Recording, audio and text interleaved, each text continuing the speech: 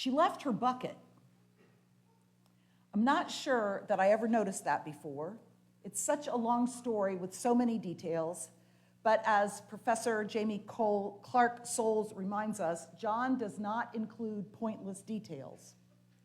There are so many details and definitely not enough time for all of them, but today we're talking about water.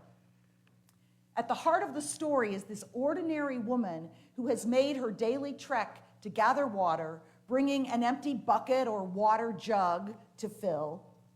And to this day, all over the world, in places without the running water you and I take for granted, people, usually women, walk, sometimes at great distances, to a water source, traveling on foot, returning with a heavy load on their shoulders or their backs, or very often their heads, being careful not to spill it.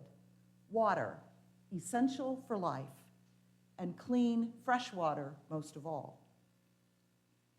In the previous chapter, Jesus encountered a very important man, Nicodemus, a distinguished religious leader, and here he encounters a very different sort of person, an ordinary person, a woman.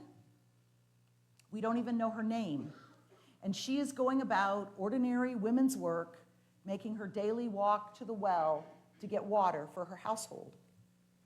Not only that, she's not even a Jew. The geography and the ethnic hostilities are lost on you and me, but they're important to the story. God so loved the world, John told us. God so loved the cosmos, as we said last week, that God sent Jesus not to condemn, but to save. And here we have right away an in-your-face example to the inside crowd that all means all. Not just Jews, not just people like us, not just people we like, all means all. So the story begins that Jesus is on his way from Judea, where Jerusalem is, back north to Galilee. And it says Jesus had to go through Samaria. It was necessary. Like you can't get there from here, except nobody else went that way. Such was the attitude towards Samaria and Samaritans. It's kind of like when you know your most direct route across town is through a quote-unquote bad neighborhood. So you go a different way, a longer way. You go around. People went around Samaria. That was the bad blood between Jews and Samaritans. It went back 800 years. And it had to do, among other things, with what authentic worship was and where true authentic worship could happen. The point is that Jesus didn't have to go through Samaria any more than you have to go through what you consider a bad neighborhood to get where you're going. He had to go through Samaria because God sent Jesus into the whole world. He had to go through Samaria to show the good religious people that all means all. It means people who are like you and people who are not like you. It means the people you like and the people you don't. It even means the people that you consider enemies of your God. All means all, right off the bat. We're still only in chapter 4. And I'm not going to spend a lot of time on the disciples today, the in crowd, but just like Nicodemus, the religious leader, they don't get it. Like a lot of famous Bible stories, there are many artistic renderings of this well-known story. And I happened to see this painting when I was in the Art Museum in Atlanta last month. And it really struck me. This artist shows Jesus and this woman speaking face to face as two equals. It was painted by the Italian painter El Guercino. If you haven't heard of him, that's okay, because I hadn't either. Around 1650. Jesus and the Samaritan facing as equals is not how it would have been in 1650 in Italy, and that's definitely not how it would have been in the time of Jesus. But I think this is what John wants us to imagine, that Jesus spoke to this Samaritan woman as an equal, with respect and dignity. And there really are no words for what a big deal that would have been. It's not only incredible that, as she says, he is a Jewish man speaking with her, a Samaritan woman, but we also know that she's isolated, she's alone. A lot has been made of this. Women then and now typically go to the well in groups. They typically go early in the morning or late in the afternoon. Nobody goes at noon in the heat of the day. And so it's often assumed that she's there alone because she is a social outcast, looked down upon by her neighbors because of her morality. We hear she has had 5 husbands and is currently living with someone who is not her husband. The assumption is that she is promiscuous and therefore outcast. Except that in the time of Jesus, women had basically zero power over all of this. If she has had 5 husbands, that means 5 times she has been widowed or divorced, but only men could initiate divorce. So definitely the endings of those 5 marriages have been outside of her control. The takeaway may be not so much that she is immoral as that she has had a really hard life.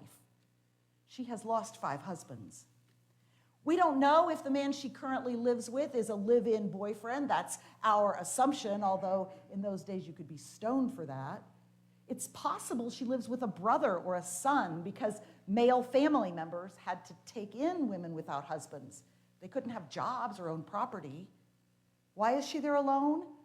Maybe because she has no friends, maybe because people judge her, or maybe because people who know their Old Testament will think about Rebekah at the well, where she was noticed by Isaac's servant who was looking for a wife for his master. Or because this is Jacob's well, where he first met Rachel, who would eventually be his wife. Maybe we're meant to think that life-changing encounters happen at wells. This is definitely a life-changing encounter. So they have this conversation about water. It's a little bit like the conversation that Jesus had with Nicodemus about new life, in which Jesus is speaking on a symbolic or metaphoric level, and his conversation partner is thinking literally. You don't have a bucket. Where are you going to get this living water? Jesus is talking about living water, and she points out no bucket. But with a little help from the teachers who know Greek, we learn that there are 2 different words for water in the story. There's still standing water, like what you might find in a cistern, and there's gushing water, like water from an underground spring. That's the living water. That's what life in Jesus is like. And perhaps we're being invited to consider all the ways in which we settle for stale, still water, going through the motions of life, going through the motions of faith, going through the motions of church. It's good enough, we tell ourselves. It's wet. The ways we've given up on more meaning in our lives, even given up on faith and worship that are really life-giving. We learn in the story that the Samaritans and the Jews had split over what they thought true worship was, even though they were worshiping the same God. Perhaps in that same way, for the last 40 years, American Christians have been arguing about true worship. Whether true worship is where you have an organ or a band. Whether true worship is where you sit in pews or theater seats. Whether true worship is where people sit quietly or stand and clap and wave their hands around. The story's conversation about true worship invites us to consider with the Samaritans whether those are really the real questions, or whether the real question is the difference between stale water and living water. The fullness of life in Jesus, or just going through the motions. Do we major in the minors, so to speak? Jesus, in this story, again calls us all back to living water. Is our worship and our life of faith and our experience of church like a spring of water gushing up, active, moving, refreshing, life-giving? Or is it more like a pool of still water into which you dip your bucket or your toe, so to speak? Do we seek living water? Do we expect living water? Do we notice living water in our lives, our church, our hearts? Or have we so long ago settled for less that we barely even notice? Last week, we read about that important religious leader who had an encounter with Jesus and simply didn't get it. Today, we read about a social and religious nobody, an outsider, even an enemy, who has an encounter with Jesus. And the big difference is she gets it. She starts out confused. How do you get this water? You don't even have a bucket. But then, as they talk, and he shows that he knows her, he sees her, he gets her, he understands her life and her struggle, and then it all begins to make sense to her. And she leaves her bucket. She leaves her bucket. Perhaps we're meant to think of the fishermen leaving their nets, or of Paul saying that in Jesus we are a new creation, the past is finished and gone, a new life has begun.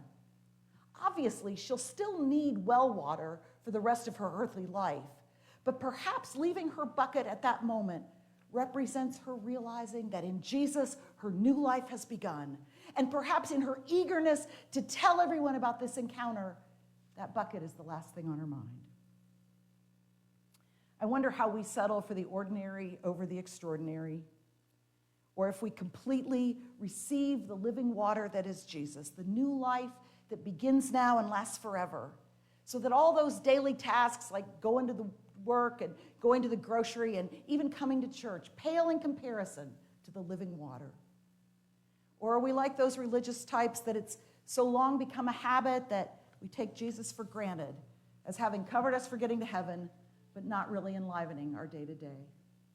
This woman in hostile enemy territory, this woman who worshiped in what people considered the wrong way, this woman with a lot of pain and upheaval in her past and perhaps her present, this woman, she gets it.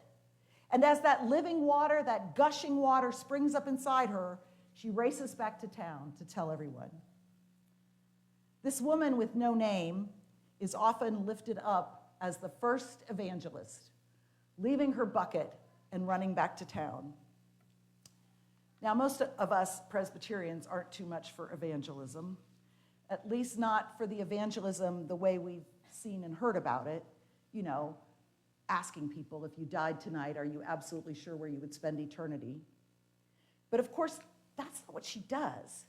She doesn't say that. She doesn't try to explain all this confusing stuff about different kinds of water and salvation. She says, come and see. Come and see. It's actually kind of a refrain in John's gospel. To the ones who will become the first disciples, Jesus says, come and see. And when they invite their skeptical friend to join them, they say, come and see. Come and see. Come and see this man who told me everything I've ever done. Come and see this man who sees me, who really sees me as no one has before. Could he be the one? Could this be God made human? God in our midst as we've been hoping for? Come and see. Evangelism wonders if we live lives that invite people to come and see, to show our faith in this living water in ways that make others want to come and see, to share our faith in ways that see and respect people's struggles and suggest that they might want to come and see. There's a saying attributed to St. Francis that says, preach the gospel at all times and use words when absolutely necessary.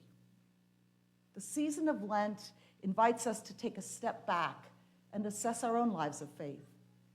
When was the last time we put down our buckets to open our hearts and our lives to the living water that is Jesus?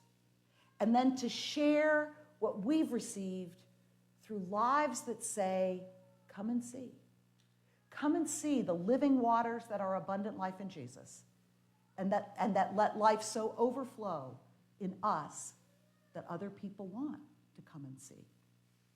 Amen.